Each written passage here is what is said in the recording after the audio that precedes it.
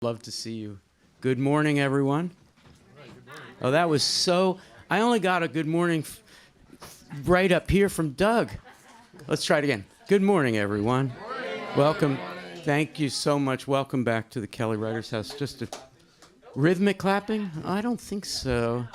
Though there's a rumor that the Fanatic will be here any minute. Whoa. No, not true. Great. Can you imagine the Fanatic at a brunch? Not a pretty picture, right? Yeah. Eat everything. That's right. Fanatic. Like the Cookie Monster, Yes. basically. That's the model for the Fanatic.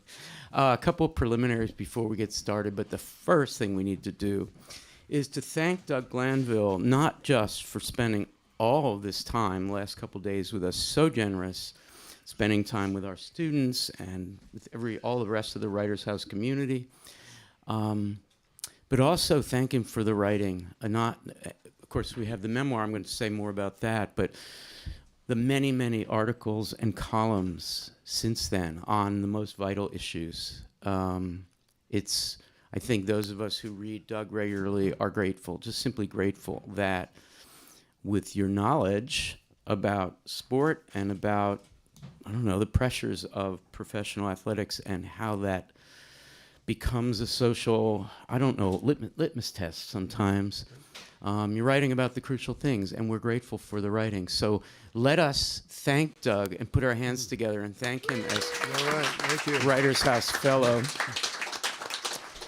Thank you, Doug. Okay, a couple of other preliminaries. What's going to happen this morning is Doug and I are going to have a conversation based on my scarily close reading. Very color-coded. My color code. This is like you before a game. Right. Exactly. Based on my reading and my conversation with our students here. And at some point, I'll turn to you, the audience, for some questions. And we also have people watching on the live stream on YouTube. And actually many, many people. So they're getting camera views from all over, but I'm just going to wave superficially to one of them. Hello and good morning or good afternoon or good evening, wherever you are. I want to thank Zach Cardner, not just for the tech that he's doing today and last night, but for an entire program year. Zach, will you stand up, please? Okay, so Zach he's not really old enough to have seen the 70s, early 80s Phillies teams, but he has the whole thing memorized. He's a big Phillies fan. He's still at his advanced age playing baseball.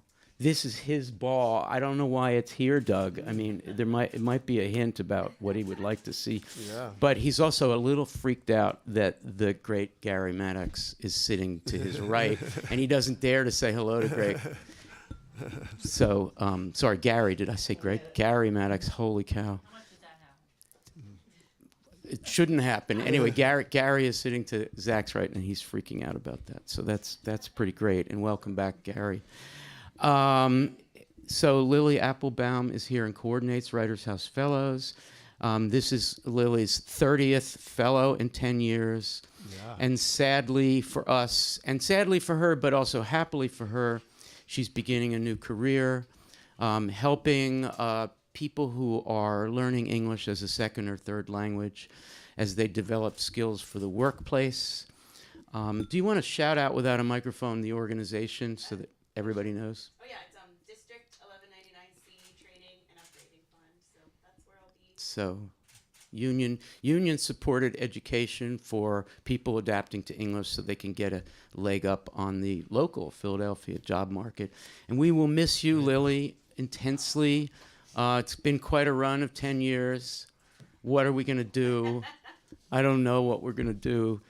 Doug, would you like to do this for 10 years? That would be really cool. It'd be fun, yes. Well, I was here 10 years ago, so I don't know if you were like... He inaugurated first this and last, thing. maybe? You know? Yeah. So anyway, let's thank Lily Applebaum. Yeah. All right. So we have copies of Doug's book. We sold a lot last night, but there are still some left. Please buy your copy, and at the end, Doug will stay right here and greet you. If you just sort of form a line over here, he'll greet you. We also have some of the broadsides from last night. Does anybody have that broadside? Did anybody get it last night? Pretty nice, hand set. There it is. Somebody's holding it up. Would you, Louisa, would you read the quote? Loudly. There is nothing more powerful than loving something without even having to understand it. And that's a reference to the great article about coaching T-ball. T-ball. So, yes, so we'll do that after. What we're going to do now is have about an hour and 5 minutes of, maybe an hour and 10 minutes of conversation. So, all right, so here we go. Doug, you wrote about the 5 things that hiring managers of color, and I think you also were thinking of management generally, general managers and so forth, but the article was about your decision not to stand for the role of manager in deference to the need of your kids to have a father, and particularly a black father in a black family there. But in the process of saying why, I think movingly, why you chose at this point not to stand for such a position, but rather to be home, you listed 5 things that managers of color would bring, that the diversification of leadership in baseball would bring. And I just want to tick off those 5 and ask you about the 5th, which is, I think, the most interesting and the hardest. The 5 are, 1, the opportunity to shape the culture. And you didn't say baseball culture, you said culture. To welcome others who have been othered. So imagine a manager of color seeing that and sensing that and welcoming people. 3, to be representative. 4, to see talent through unique eyes. And here's the 5th, and I want to ask you about it. To unearth winning. And I take by that you meant a good win-loss record, actual winning, to unearth winning outside of traditional bias. What's that all about? Is that real? Can that really happen? Sure. And I think my experience, I grew up in Teaneck, New Jersey. I certainly talk a lot about it, and whether through my writing or publicly. And, this is a town that voluntarily desegregated in the 60s. So this is before my time. But by the time I rolled along in 1970 and went through the school system, I saw an environment that was really committed to inclusive practices. But what I enjoyed about it was not something that, we got to sort of check this box because we have diversity requirements. It was, really became a way of life, and so it wasn't just in one environment. Everywhere, my baseball teams, my little league teams, I just saw this commitment to diversity. So after years of being sort of in such an environment, I started to see that we can be successful, certainly, and we also can, do well by weaving this into something that is part of the fabric of a culture that's trying to win, for example, and that there's another kind of win. Yes, you have to win, Phillies. If you want to be Joe Girardi and a manager, you need to win, X games and so on. But the ability to open up opportunities and see that there's so many ways to win and ways to approach it, just like you have a lineup constructed of 9 players that have different skill sets, that play different positions, that come from different countries, and you still figure out a way to have success. So I think if you extract from that how a larger society, I think you can still find the same, sort of bottom line, so to speak, about the culture of winning.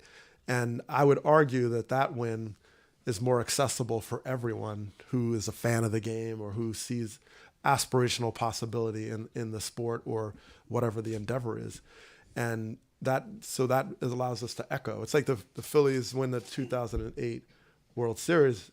Everybody started to make a connection as a Philadelphian, and that's really powerful. Just imagine what that also means when it's truly representative, the diversity not only of presence, but of perspective, of experience. I think it just reaches farther corridors. That phrase ends with that longer phrase ends with the phrase traditional bias. You're generally, when proposing these 5 values of diversifying management, you're generally positive. It's true of you generally. You speak in the positive often, but that traditional bias suggests maybe not outright racism in the way player evaluations take place, but implicitly a homogeneous or non-diverse way of thinking about. And you've written extensively about this. The biases, for instance, of you coming out of an Ivy League school, the assumption that you were all, you were thinking too much, or you were Sure. it was going to mess you up, all that stuff. So what you're saying is if we hire black managers to put a fine point on it based on a ceiling rule that would actually work as opposed to not work, there would be more winning in the broadest sense, developing talent over the period of years, supporting the farm system, getting a win and then having your whole city behind you, which of course brings more money into the game and so forth. So do you want to talk a little bit about that traditional bias? Well, for starters, finishing that point is that, you're not just winning on the baseball field if you win as an organization. Right. I do work with the Hartford Yard Goats at different times in the community, and they're the AA team for the Rockies. What's the name of the team? The Yard Goats. The Yard Goats. Okay. Minor league Anybody teams. seen a Yard Goats game lately? Rumble Ponies. There's these names Yeah, now. So right. I love that. Very Scranton Iron Pigs. yeah, Iron Pigs. And, you realize that, this is something that happened later in my career. And I definitely paid attention to these things. But I remember playing against the Brewers, and we go through the sort of tunnels to get to the locker room. And there's like the timestamp, the clock where people are clocking in. And there's hundreds of people making this game happen. Hundreds, thousands probably.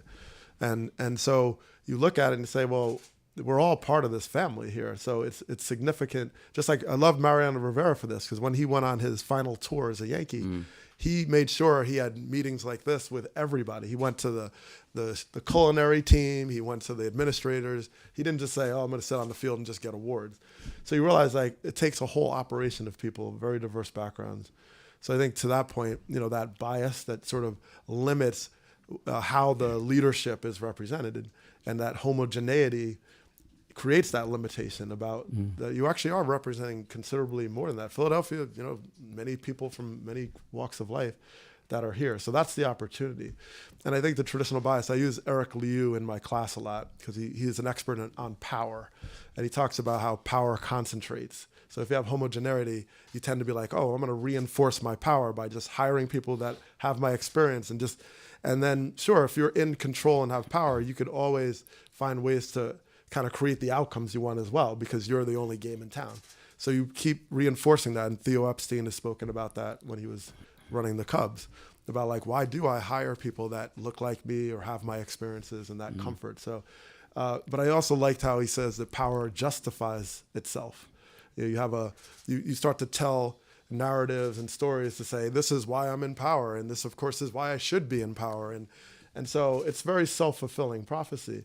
But the thing that gave me optimism in his sort of power principles was that it's a sense that power can be infinite. And when you believe that it's infinite, then it's a little different equation when you think about sharing power. Like it's not this, sort of pie where you just carve up and like, oh, now that, because that's what often happens when you're trying to strive for equity. You think you're losing something if you're in that position. And so the mythology of like, oh, it's limited and finite and that's it. Then you guard it. And then you think that, and then you also see it as charity when I'm doing something for you when you're in that position, as opposed to realizing that you can, so live beyond that bias and then see that, oh, this is actually expanding our possibilities. You've been adamant and articulate in speaking out against racism in baseball and in sports.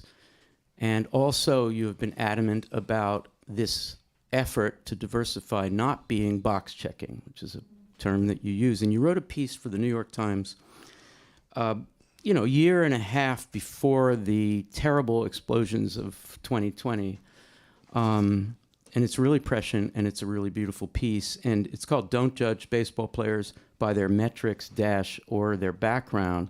It's relevant to the conversation we're having now. I wondered if you would read, and I have a copy of it for you here, that one. If you would read the last few paragraphs of that, and then we'll talk about it a little bit. Because I think what it's doing here, Doug, is for those of you who've read a little bit of Doug but should read more, you're going to find out that he cares so much about the hope. Let me see if I can get this right, Doug. The hope that intimacy, players getting to know each other, can a chance to inform people who are either ignorant or biased in one direction or another.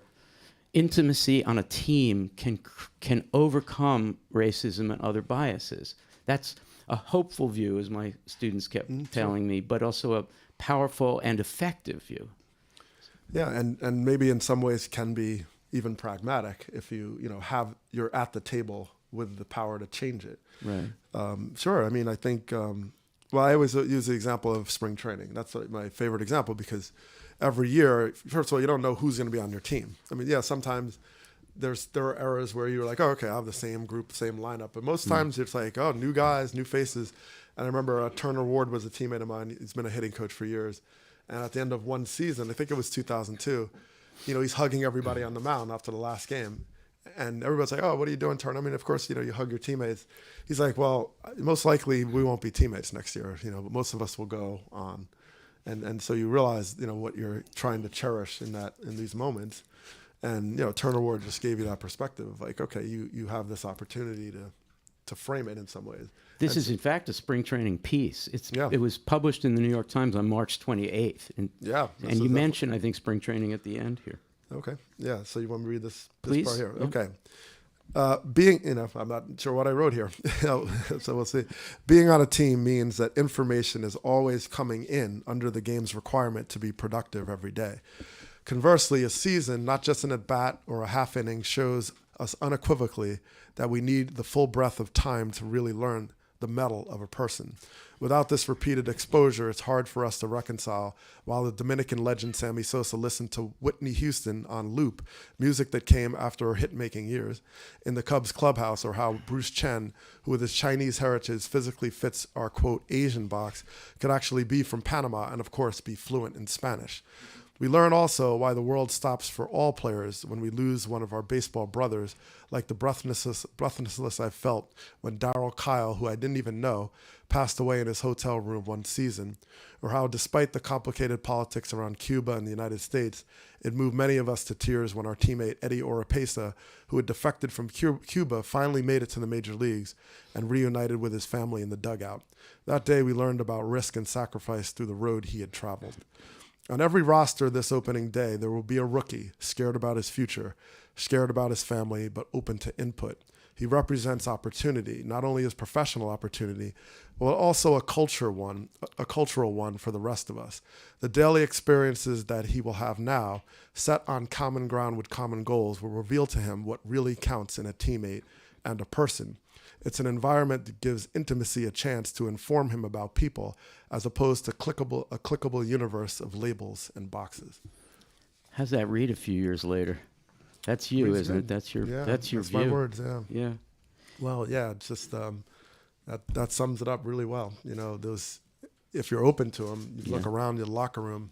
Right. You have people on so many different journeys. I love your use of the word intimacy there. Yeah. Gives intimacy a chance. So you believe that teams need to be intimate, even if there's a player who sits apart or has the headphones on. Yeah. Intimacy gives people a chance to be informed about differences. Yeah, and I would say, and I've written before, I wrote a piece for Time a while back about that line that you're walking between intimacy and what I call close proximity. And right. if you're not open to that, then it becomes close proximity. Mm-hmm. But I think intimacy is the opportunity. And we went through, just like the whole world did, 9/11 when that happened. We were in Atlanta, and that completely changed the dynamic of our team. Just how we saw each other. I mean, we didn't care about the game. We all of a sudden we're like trying to get home. We're trying to find out about family. So these moments you don't know when they're coming, and. Right. And I think the way that you can be woven together as teammates and friends and family can make you uniquely situated to be able to endure these experiences that are, you're not immune to, even in the baseball uniform or in any We clubhouse. remember these moments, don't we? I mean, as fans, Absolutely. too. When the Braves, not by any means my favorite team, I just have to say, when the Braves came to New York to play the first game against the Mets after 9/11, these teams that hated each other were... altogether. Chipper Jones, whom the fans did not like, was like the guy. Yeah, an amazing moment. Well, let's turn to the negative a little bit. And General Manager Larry Himes of the Cubs once said to some young players, and you were there, have you ever seen Sammy Sosa without a shirt? And he used the word swagger, and he was basically advocating that you guys get some swagger. Now, you tell us that anecdote, Doug, in the middle of a really important chapter of your memoir, talking about the clean player, the player who doesn't use performing enhancing drugs, among them you. And you give us a breakdown of many types of clean players because it's a complicated politics. There's not one type of clean player. But let's talk about Larry Himes's. And you end that chapter by saying, I'm not into, I mean, I like Sammy Sosa and all, but I'm not all about seeing him with his shirt off because you're anti-swagger, I think I would say. Right. Do you want to say something about all that? Well, I mean, it's You really didn't like that advice. Well, you do, yeah, you do need a certain confidence for sure to do anything. And at this major league level of every single day, the best players on earth are trying to get you out. I mean, there's a certain mindset you have to take, but it's hard for, you go, whether, my wife is an attorney by trade. She, you go to courtrooms, you have a mentality, and then you try to figure out how when I get home, I have to kind of turn this part of it off, or, you're trying to figure this out. And, right. and it's a challenge, especially with the level of expectation and the nature of Major League Baseball, 162 games and 180 days. It's a lot. It's a lot in that intensity. So swagger is something I think about when there's a confidence, but then there's all that sort of that line of arrogance where you may slide into not being a great teammate or not. There's all the things that kind of come with that. You start to think the team really revolves around you. You start to, not engage fans in a certain kind of way. So and it's a line. It's not, it's not like very clear distinction, but I do think it, you kind of know when you're in it. And as a teammate, you've known players that, I've played with superstars that were very approachable and easy to deal with. And then there's others that had they didn't travel with the team. They had their private jet. They had their own hotels. And I get it. You might be mobbed in the mall or whatever, but that swagger can, lead into your clubhouse culture as well. But there's something about what Larry advised these young players that really rubbed you the wrong way. It rubbed me wrong immediately in that moment because, well, first of all, I'm not Schwarzenegger by any stretch, so let's start there. But so even the external physique kind of thing, but it's sort of like extolling the virtues when there's shortcuts. And my dad, Trinidadian history, a line that I always remember from him and many of my uncles and aunts was shortcuts lead to long cuts. That's what they say. Shortcuts lead to long cuts. So the idea that, do we know what this body is actually built on? Those questions. Mm-hmm. And, and jumping into the assumptions about this is what it takes, kind of undercut in many ways the road that is traveled by the authenticity of effort, hard work, to me should be the ways to differentiate, greatness and its success as opposed to shortcuts. And Himes was essentially saying to you guys, it was implicit, you need to do whatever he's doing. Right. And that's what I think that's what really irritated you. Well, it was, I think he saw this as, an ideal. Right. And forget it, take PEDs out of the equation, whether you know that or don't at the time or whatever. It's just it's this physique. And look, I have a daughter in gymnastics. I understand the pressures that people feel about body image and body shaming and body, whatever it is. There's a lot of negativity in that. There's a lot you can't underestimate that. So now, was he intentionally trying to do it? But I think he was definitely trying to say, this is the image of where we can go. And look, the scouting world in sports and baseball is very much clear on this. And this is what I wrote about with the whole thing with Jim Cott and talking about broadcasting and making the comment about 40 acres of them or whatever it was, right? 40 acres of them. Is that, yes, in scouting world, there is a very physical, descriptive world that kind of makes these analogies to livestock or animals or thoroughbreds, or we hear this, right? And you have to be careful with that. You have to be careful with that because, yes, you are a fungible asset. Yes, you are a depreciable asset, so to speak, a depreciating asset on the books of accounting of any major league team. But to then lose the humanity in that, that's where you start to have serious concerns. I understand there's bookkeeping involved.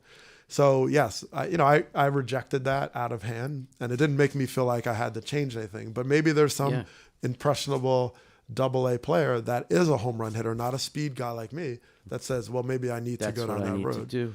And I think it's unfortunate when you preempt the requirements of success on something so superficial. I think anybody who knows you, that is to say your readers and fans, know that the phrase, the choice to play clean, isn't just about PEDs. It's a whole ethos for you. Yes. And it is, as your father predicted, a kind of good long plan, a long story. I wonder if I could ask you to read the end of this chapter. Sure. It's on page 200, 201. This is the chapter called The Integrity of the Game, and it's about performing and enhancing drugs and the clean player. 200. 200, starting with in fairness to them. Okay. I almost felt like counting in. I was on TV for a second. In 3, 2, 1. And you're on. In fairness to them, they are just mimicking what our culture teaches us. We cannot age. We cannot lose a step. We cannot fail. We cannot show our frailties. We must be the best at all costs. So we find quick fixes to avoid the human condition, failing to realize or ignoring the fact that the most divine inspiration comes from showing what we can do in the face of our greatest challenges with the tools and gifts we already have within us. Whether it involves hitting a Randy Johnson slider when your father is gravely ill 3,000 miles away, or trying to turn around a public school that the community has given up on.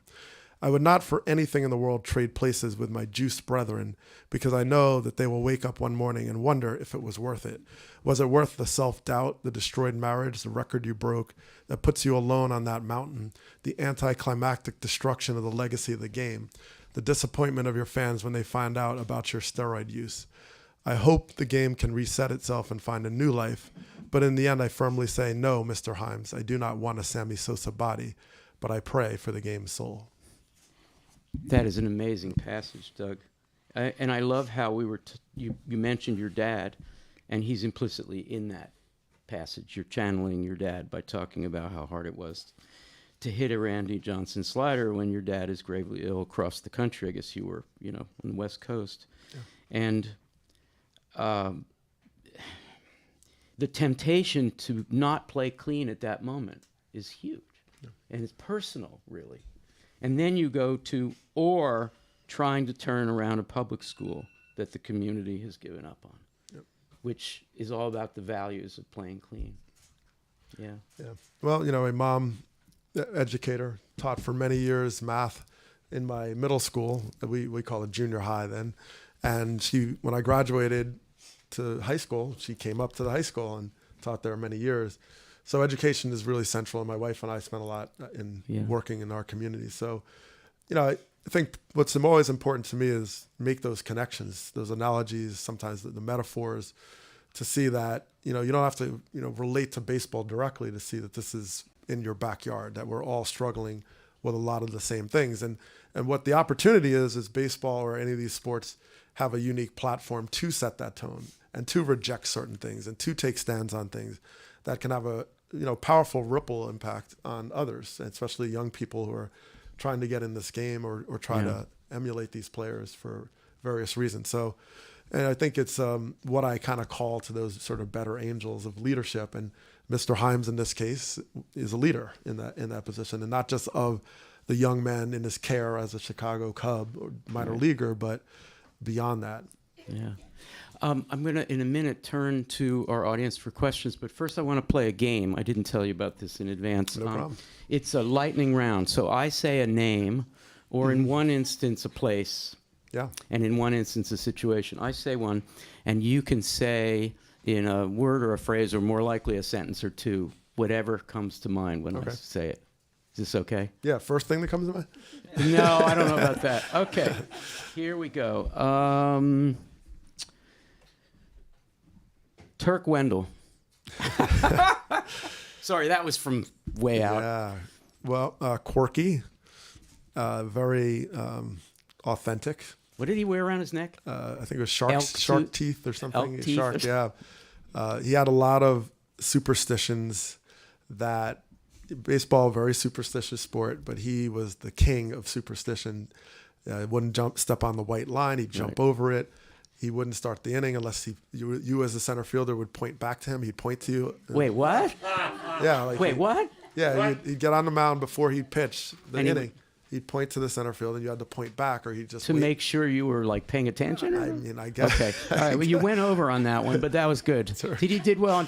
That was a funny way to start. All right. Here's a serious one. Dusty Baker. Father figure, leader, principled,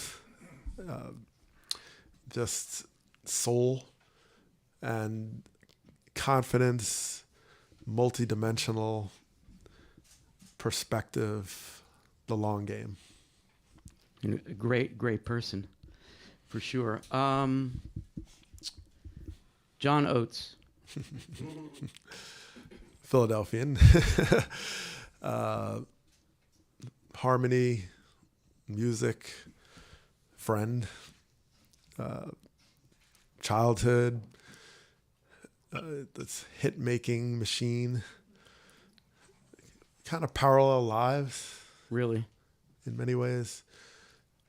He's older than you, though. Enduring and reinventing, reinvention. Yeah. Here's a semi-situation. Gary Maddox playing center field next to Greg Lazinski, who's playing left field. GPS.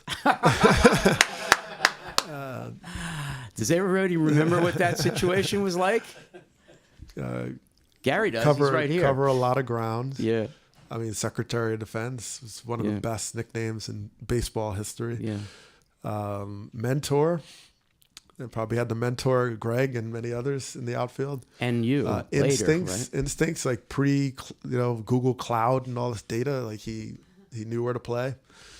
And, Amazing. He was a great advisor. Helped me through everything from relationships to center field defense. And Joe Morgan, I know, was his mentor in many ways. Yeah. Late Joe Morgan. So Yeah.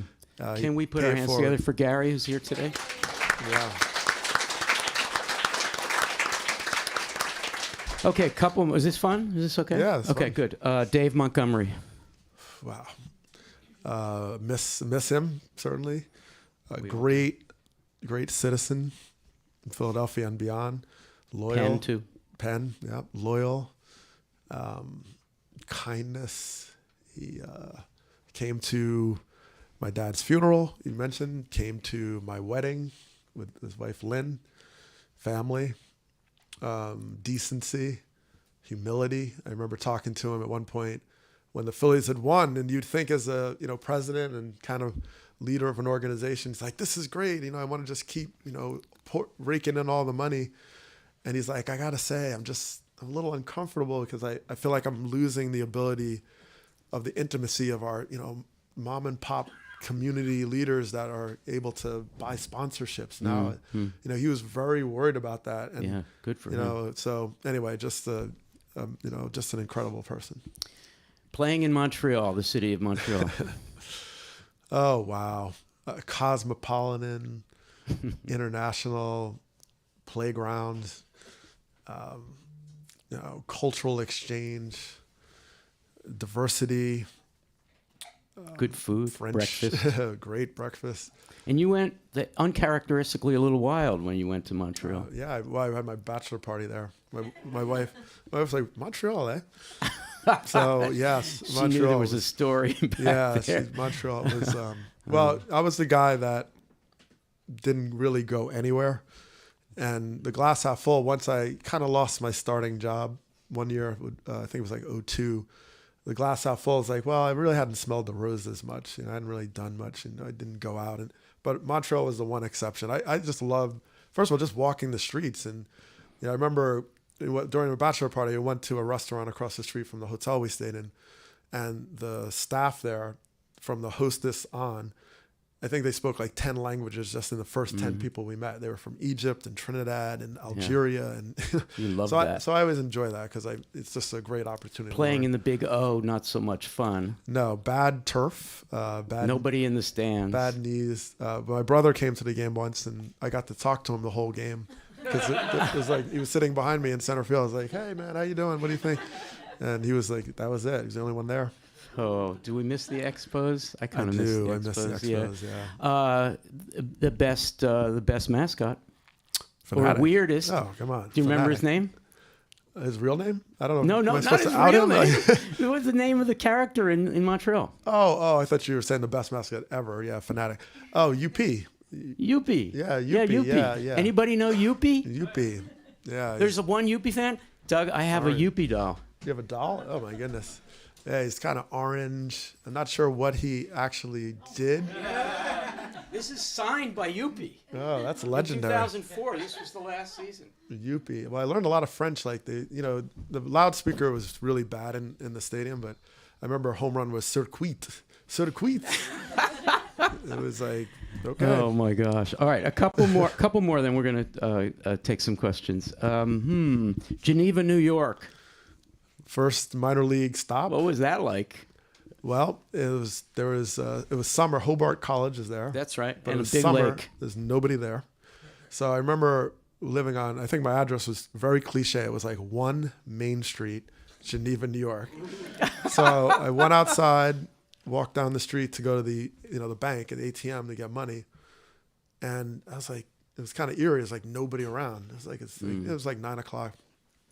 Looking around, and I could hear the street light changing red to yellow. I was like, wow, is there anybody? You made it. You've made it to the bigs. Yeah, just Damn, you weren't there that long, right? no, it was like $327 was my paycheck every 2 weeks. That was my paycheck. I slept on the floor, had a mattress, and I was a bonus baby, so I did have money from the draft, but Right. I slept on a mattress on the floor. I had a roommate from Villanova, Brian Kinney, and we had a trailer for a locker room because they were renovating, and the sun would set in left center field during the game, so you had to stop or be blind because you couldn't see. Oh my gosh! So you're trying to They hit. put the and stadium in the wrong place. Yeah, they turned it wrong or something. Marble Man. Have you And, taken the kids to see Geneva? Where you got your I start? have not. They saw me play in the Hall of Fame game at Cooperstown. That's the Oh, only that's time they see nice. me play. So I came out of retirement to play. in that That's game. nice. All right, a couple more quick ones. The scouting report for Vlad Guerrero, Sr. Oh wow! Anybody watch Vlad Guerrero swing? Free swinger? Yeah, I hit a ball that bounced, and I mean, it's unbelievable. Cricket, whatever he did. Cricket shot. He, he was one. I mentioned in the book, or the article, but he was one of the people you had no plan. You couldn't really plan, and so it was always amazing to have these meetings.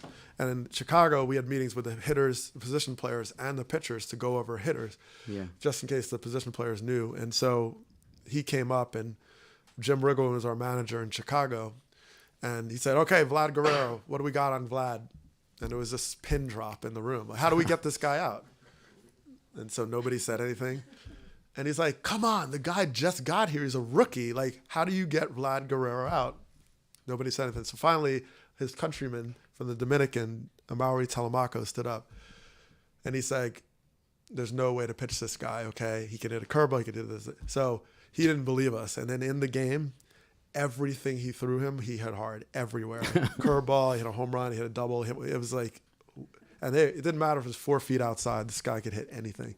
So my dream is, this is for all MLB out there, a commercial I thought about, is this guy had long arms, and he hit a home run once on a ball that was like 8 inches off the plate that we were trying to walk him, and he hit it out to win the game. So my dream is to have a commercial where Vladimir Guerrero is standing on the on-deck circle, and his time has come up. The other hitter makes an out, and he stays in the circle. So the umpire's like, "Come on, Vlad, it's time to hit." He's like, "I'm okay from over here." Seriously? I mean, that's how. Yeah, That's that would crazy. be my commercial. The greatest free swinger of Yeah. all time? Better than I Yogi mean, Berra, who's also a they free say swinger. bad ball hitter, but Yeah, bad ball hitter. Okay. Yeah. All right, 2 more. One's a negative, one's a positive. The negative is John Rocker. Oof, yeah. Well, I ranted on him in the book and in real life after I struck out on a pitch that bounced like where you're sitting there it was a curveball, and I would finish the day like 0 for 5 or 0 for 6, and yes, Rocker was sort of made famous, I guess, because when you played in New York a lot, you would take the 7 train out to Queens. And Deliberately to provoke people, it seems. well, he did that, but most of us, we take the train. It was cool. Yeah. We take the train, we get off and walk to the stadium. And yes, New York City, it was a beautiful tapestry of diverse people. He took offense to that and publicly said on Sports Illustrated somewhere, about, very negative, bigoted comments on all these groups of people. So that was very offensive to my sensibilities. So now I'm facing this guy and really want to do well, and I swing at a pitch that bounces. So I was very upset. I had a bottle of Chardonnay with Scott Rowland and Kevin Sefcik on the plane. Probably had a couple of too many, and started talking and kind of ranting against myself. It was very entertaining to everybody who never saw me in this space, especially Terry Francona. But I got it off my chest. So that was Good for you. John We should Rocker. all get it off our chest when we encounter someone like John Rocker. Okay, the last one, then we're going to go to questions. Sean Dunston. Yeah, I mean, kind of a little in the vein of Gary Maddox, but mentor, really authentic, true self, just take on any injustice, calls everything out, fearless, kind of had a plan, raw talent, but yet just got smarter every year and a hustle. Like, the thing that changed my career about Sean is we were in spring training one game, and he came back from back surgery. He's struggling and he hit a pop up in the infield. This is spring training, whatever game. And I'm watching the ball, and I look up, and Sean's on second base. I was like, wow. I mean, he's a veteran. He just hustled. And like that day forward, I was like, every ball I got to run out. And I'm glad I got that lesson before I got to the big league. So, just a tremendous influence. Am I recalling right that you and Sean had a lot of back and forth, a lot of conversations and discussions? Yeah, a lot. A lot of times I watched him and Mark Grace debate. And what's cool about them is they total opposite lives. I mean, you couldn't have two different people, except they shared the just truth to power. They just said what they felt. So they would debate things all the time. Wouldn't be unusual to see Sean jump up on the table and, say something about, and he was funny because he would just jump up at the table and say, "Yo, come on, Gracie, and they go back and forth. It's like, all right, he'd always say, "All right, Shaywan, now come on, don't get carried away, Sean." So they go back and forth, and but he was funny. He'd always intentionally mispronounce people's name wrong on the other team just to show them that we're not respecting them enough to they're gonna get us out. So he was great teammate. Thank you for doing that game. Did he do pretty well in the game? I think he was. I think you batted 1,000 on that, and you notice I didn't ask you about Lenny Dykstra. So we'll just nails. Stratomatic. But Lenny is Stratomatic tuning in baseball. on the live stream. Hey, Lenny, how are you? Lenny Good to see you. Yeah, He's not actually, but nails. Yeah, you are going to say Stratomatic. Well, we share you had that in Stratomatic. common. Yeah, we had that in common. That's great. Okay. Yeah. So Chelsea, will you stand up? Chelsea gave the introduction last night, who was so fantastic. And Chelsea has a portable mic, so for the sake of people watching on the live stream, you want to wait till the mic comes to you. So the first question is always the hardest one to ask, but if you raise your hand, you're going to get to ask a question. Let's go all the way up front here, Chelsea. Thank you, Chelsea. Thank you. You talked a lot about the intimate aspects of things, obviously, including the issue of black managers and so on and so forth, the intimate aspects of that. Could you reflect a little bit upon the relationship, not just players to fans, which feels to me intimate and not intimate all at the same time, but the impact that people can have on fans in terms of race, in terms of character, in terms of all kinds of things. Once a year we celebrate Jackie Robinson's impact on American life, not just on baseball, and so on and so forth. Could you just reflect on that, the burdens of it and the opportunities of it? Well, Jackie is a great place to start. I mean, I was fortunate to get to know more and more his family over the years, working with his daughter, Sharon. And I guess the best way I think of it personally is Jackie broke in, obviously, 1947.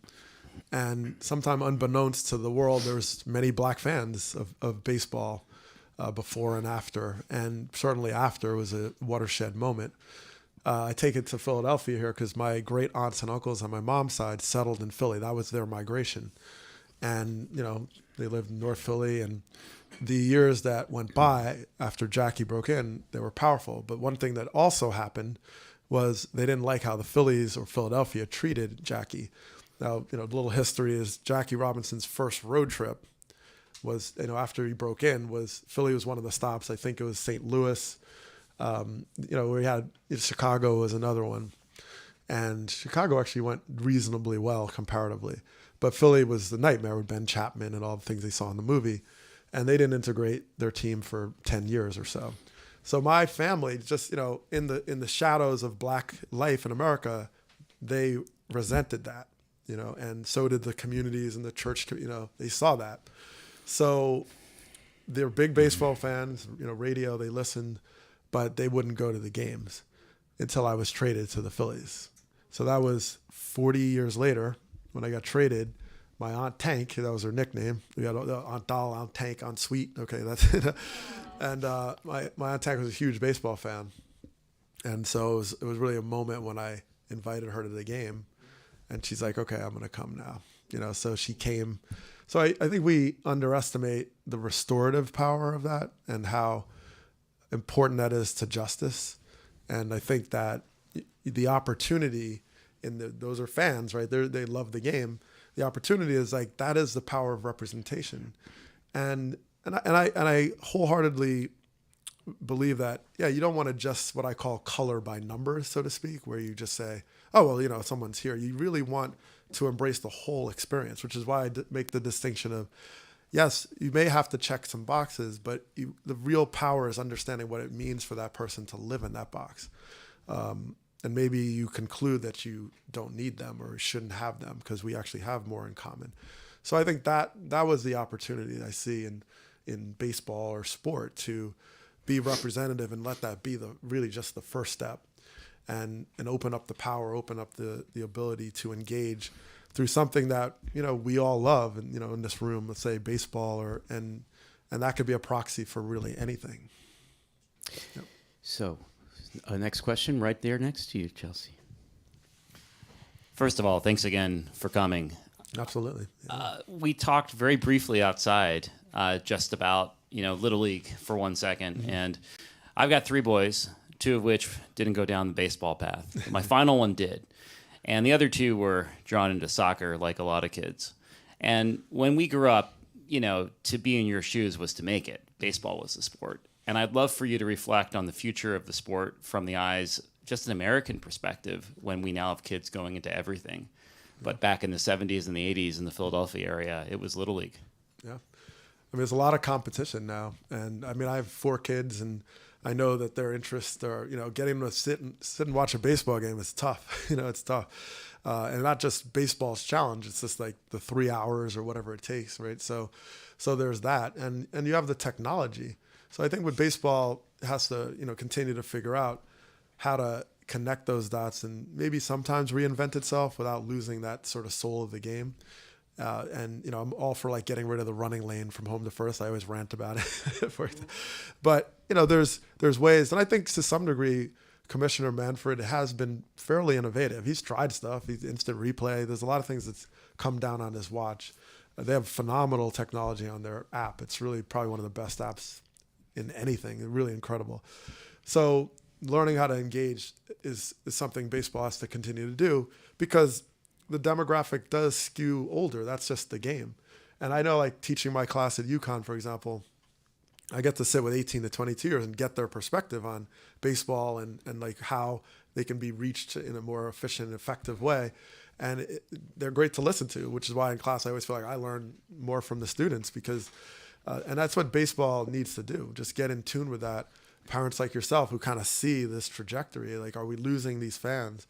I still think it's the greatest game, but I don't say that with blindfolders on, blindfold on saying, well, we don't have to change anything. So because the pace of play. The other day I know they've been talking about it. Someone took a swing and missed, and then they walked the circle around. I was like, where are they going? It's like 30. The gloves and. Mark Grace is a perfect example because I played with Steve Traxel, and if you're out there, Trax, I love you, man. Trax was like a human rain delay. Like he just sat there. Took every forever. Day, every pitch, he was like, So timeout, he'd do his glove and all that thing, and it would take forever. And Mark Grace would scream at him. I could hear it in center field. Come on, Trax, hurry up out there. Getting flat-footed out here. So probably need to tempo. I think it needs a tempo, more of a tempo. There's so much they're synthesizing so much data, which, you know, on one hand is good. It exposes certain things, but on the other hand, it's like, okay, come on. People who are watching us on the live stream are commenting in the chat, and I just want to reflect a few of those. First of all, Anne Harrell, who is watching from London, is a classmate of yours. You didn't know each other, according to her, and she just Hi, Ann. wanted to say hello. Hi. And she asked a question, but I'll get to that in a second. There's Robert Fitterman, who's a really eminent poet, who's an NYU professor, is obviously not meeting his NYU obligations at the moment. He's Rob writes, love this. Doug is so generous and real. Isn't that the case? So generous and real. Thanks, Rob. Indeed, one could have swagger without being a jerk. So, and then back to Anne, and it's a follow-up to the question you just heard. Anne, your classmate from London, I would love to hear Doug's thoughts on travel sports and pay-to-play youth sports. And I think Anne is implying that, of course, that leaves kids out, some kids out. Yeah. Well, I do a show called Classes in Session. We do it. It's for Marquee Sports Network, where I work with the Cubs. And our most recent episode is about youth sports because I think it's challenging. I wrote an article years ago for Time about this. Mark Hyman wrote this book about, I think it's the most expensive game in town. So that's a good reading about the cost and how that creates these inequities. And even for parents, you know, it's a challenge. I have 4 kids, 13 and under. So it's like, all right, can you just play and enjoy the game and without like, I got to have travel clubs and, you know, I mean, they have 5 different uniforms. Like, why do we need all these uniforms? I didn't have this many uniforms in Philly. You know, it's just, it can be expensive and it's almost a professionalizing these young people. And I get like, as a kid, there was a mock professionalism because I wanted to imitate Mike Schmidt and his like whole stance as a kid. That's one thing, but this is deep. I mean, and you worry about them kind of burning out early because they've been following this path so early on, and you feel like, oh, I'm letting my daughter not compete when she's 5 and on a pre-team for gymnastics, and if I don't do this, and so they're on these tracks. So I do worry about that. I coach Little League, as I've written about a couple times, and I coach basketball this year, my daughter's basketball team.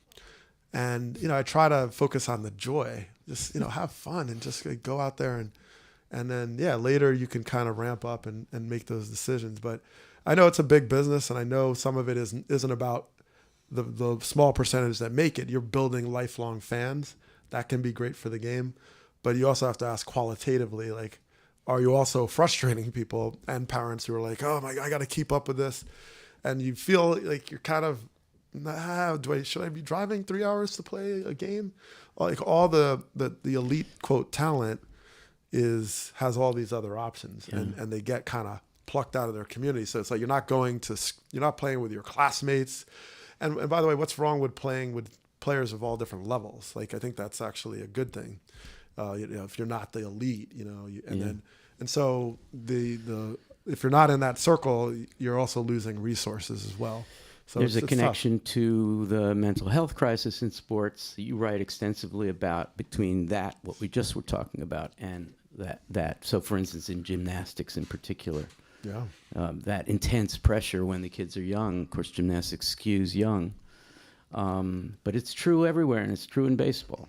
Well, it's, you know, and that skewing, you know, I've seen this firsthand, is that part of it, you kind of getting them to learn all these really hard skills before they're aware that this is like really risky, right? You kind of like, I mean, it's why they have the age limit in the Olympics, because at a certain age, you're not like, oh, well, I'm upside down and doing a flip and whatever. But then you start to go, wait a minute, this is actually really dangerous. But the problem with that is like they're young and they're impressionable and malleable, and you're asking them to be in this like hyper professional environment where as a parent, you have to trust this environment implicitly, and it's not reasonable really to be like, wait a minute, what's happening here? And we've seen the worst case scenario, of course, in that, but there's also these residual effects. So yeah, I understand and appreciate that there's expertise out there that wants to give athletes this chance, young athletes, a chance to be exposed to professional, information. Like I understand there's, there still can be a love and a genuine concern from coaches that are in these, elite programs. But, as parents, you also have to, you wish you had more ability to kind of shape certain priorities of that. Yeah. It feels like you kind of have to let go in a way, and it's this train taking off. Yeah, and I don't know anything about the childhood of Joey Votto or Dontrell Willis or others who've suffered mental health problems in major leagues, but one imagines that this kind of problem starts early. And Yeah. Well, I mean, pressure it's hard, and I think I'm trying to imagine, what I went through, my father being sick while I was playing, but I was, 30 years old at that point, right? I'm trying it to was imagine. still hard.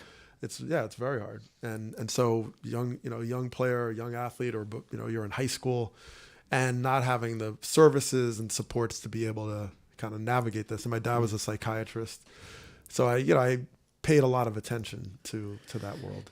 The one time on the reread that I teared up was, I can't remember the coach, but some coach said to you in the middle of that, your dad's illness, hey man, you're hitting 270. Not bad for having to stand out in center field to do one of the hardest things, playing center field while your dad is sick.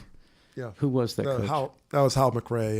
Hal McRae, right? Yeah, it was our hitting coach in Philly, but also a great player with the Royals for many years. And Yeah. Hal was great, and his son played. I played with his son actually too, Brian.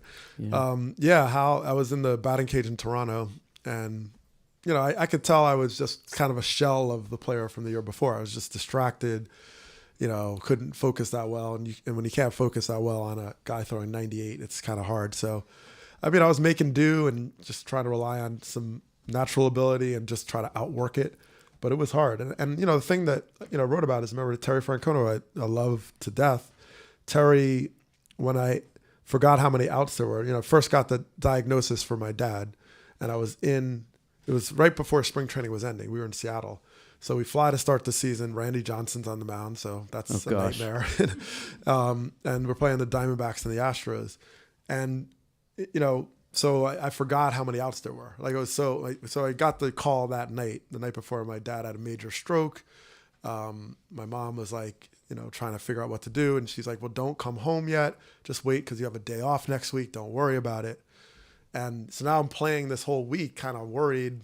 So I forgot, literally, I'm the center fielder, so I'm the captain. I got to know these things. I forgot how many outs there were. And I caught the ball thinking it was the third out. I try to come running in. And the guy tags up from second and then realized I wasn't looking. So he scores from second and actually ended up being the winning run. So I'm apoplectic basically after that. And I, talked to, cry on the shoulder of John Vukovic, who's a great mentor, father figure. And he wanted to kind of protect me. And he said, look, I'm going to tell the front office so that, and they'll kind of protect you from the media or whatever was going to happen. I knew it was coming.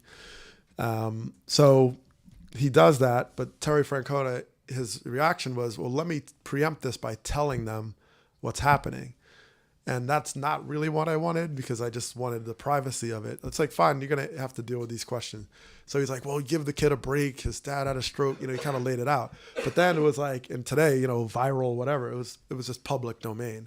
I think the hard part was the next 2 months trying to respond to people who genuinely were concerned that I probably wouldn't have told. It might have been a fan or something. Yeah. And then I had to keep revisiting the conversation. And by the way, I didn't even know how he was doing always, because I was on the road. And so should I go home? So I did go home, and I ended up going to the sponsors luncheon. I think Gary was there actually.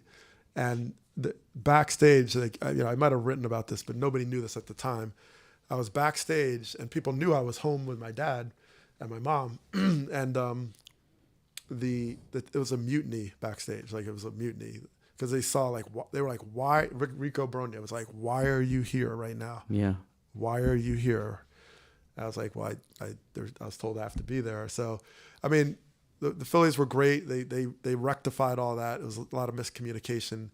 Ed Wade was very upset, said, no, you should have not come. And, but it was one of those things that kind of, I felt obligated, but obviously I should have been at the hospital bed. So, so that was hard, but that was a lesson in public-private domain and how hard that can be.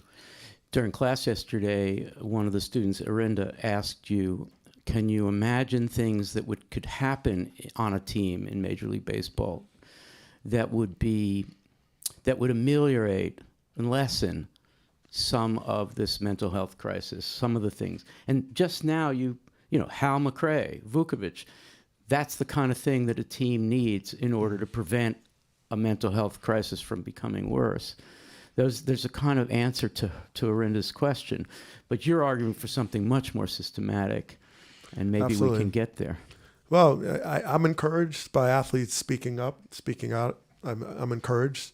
I think they're in leadership roles, and yes, maybe they have the ability to pay for help, all these things. But yes, it helps the U.S. postal worker. It helps people when you are in the policy rooms and you work on this in a way that can actually represent these challenges. We're in a pandemic here. I mean, there's so much stress and so much going on outside of just the hyper competitive performance world. So yeah, I think there's a great opportunity, and I think there's certainly a lot more awareness, and even domestic violence policies, Major League Baseball, they're taking steps. Of course, it's a long way to go. It's been ignored and diminished, unfortunately. It's just heartening to hear that Rico Bronya said that to you. That's just one of those things that helps. Yeah. I just want to offer a quick thought about what I would call the governing metaphor of this book, and then I want to ask you to read the final section of the T-ball piece, which is just such a great way to end since we've been talking about kids. I just want to say this. This is partly a pitch to buy this book if you don't own it already. And Doug, you can disagree with my interpretation. I tried this out on you exactly a decade ago, and you seem to think it was okay.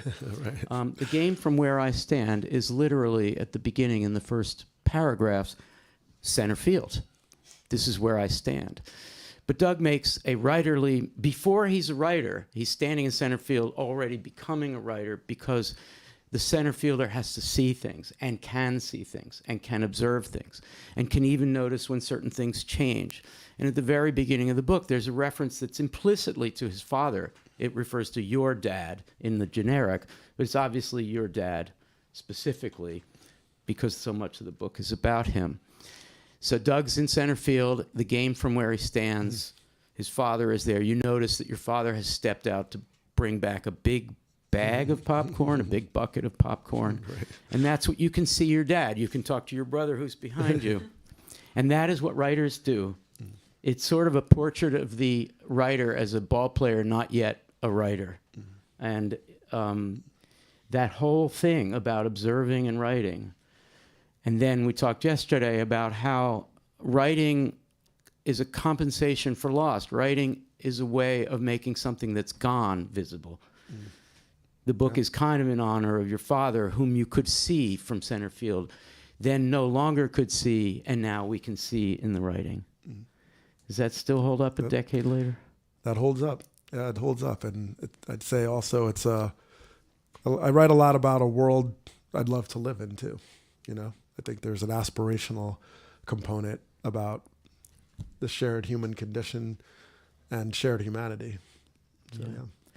Okay, so we're going to conclude with a reading from this hilarious, wonderful New York Times T-ball, please. Okay. And I'm thinking now, maybe we should start talking with you reading when you get to your son and daughter, just a little earlier than the part I picked out. Sorry. Can't get the pages. This is my effort to coach Little League. This is the first time because confessions. So I've marked it out where the kids come in. Yes. Yeah, this is okay. So it's titled "Confessions of a Major League T-Ball Coach." That's the title. All right, let's see. Good. I had been warned about the nuanced challenges of coaching your own children. Not a straightforward exercise. The day of our opening game was cold. And who was the player kneeling mid-inning in deep right field wearing rain boots and a jacket over his uniform, hands in his pocket, and hatless? My son. This does not jibe with my rule to, quote, always be in an athletic position on defense. The scouting report on my son is as follows. Nice swing, good hustle, highly competitive, reads books with teammates' sister between innings, intolerant of the cold or frivolous rules, and, quote, all rules are frivolous. My daughter, who also is on the team, has two primary concerns. When are we going to get a drink of water? And when can she steal a base? The latter strikes me as purely hypothetical, but I like her thinking here. Scouting report, great mechanics, fast learner, fast runner, needs to adjust the location of her swing to make more contact, always thirsty, literally. At times, as we try to bring along our pure rookies, I do feel that the kids who are weaned on baseball and actually understand some of the game. Our shortstop second base combo is like having a Red Sox Bogarts and Pedroia combo. They are serious. They know the rules. They came dressed in full Red Sox regalia during our 2-day spring training, quotes. So when a teammate spiked the ball on first base, thinking that this was how to record an out, the Bogarts half of my double play tandem was perplexed. This is his first game, I said. He's learning, I explained. He said, okay, no problem. I understand. I applauded his willingness to help others learn the game, and then I appointed him player coach. He is 6. I will pay him in sunflower seeds. He will need those seeds to kill time. T-ball is subject to a range of delays that have nothing to do with rain, nor do they come from pitching changes or from challenging a call with instant replay. No. Our catcher went off to the porta potty. Another one of our players was shaken up after being engulfed by his own teammates. 8 apparent shortstops trampled him to get to a ball hit near the pitcher's mound. A couple of other players found the joy in knocking each other's hats off at second base until they found themselves disoriented in the evil and boring outfield. There's something mischievous about second base. Not sure what it is, but for some reason, players think they are invisible there. But I digress. In the end, my goals are not to win the American League East. They are to make sure these kids have fun, learn to love the game of baseball, and respect the importance of team and are safe. Guaranteeing safety with amped up 5 to 7-year-olds wielding metal bats is a serious gig, requiring laser-like focus, a stentorian voice, and a lot of help. And even though to a former big leaguer, it looks different from the game I played for most of my life, I know this is the time when kids find joy and passion in it. When I see the smiles on their faces, even when 10 of them are chasing a ball that was called foul an hour earlier and has long since come to rest, I realize they are truly having fun. I recognize how much they improve from game to game and how quickly they learn and retain information. And then I remember how I came to love baseball and thank them for maybe the greatest reminder of all. There is nothing more powerful than loving something without even having to understand it. Doug Glanville.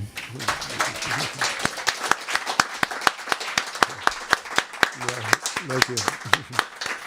Thank you so much, everyone, for coming. We have some copies of Doug's book for sale. Doug will stay here for a while and inscribe your book and say hello. You can count on me to move the line along if you have 15 anecdotes you want to share. Thanks again to Lily. And one more time, let's thank our Writers House fellow, Doug Glanville. Thank you. Thank you. Great. Thanks, Al. Pleasure.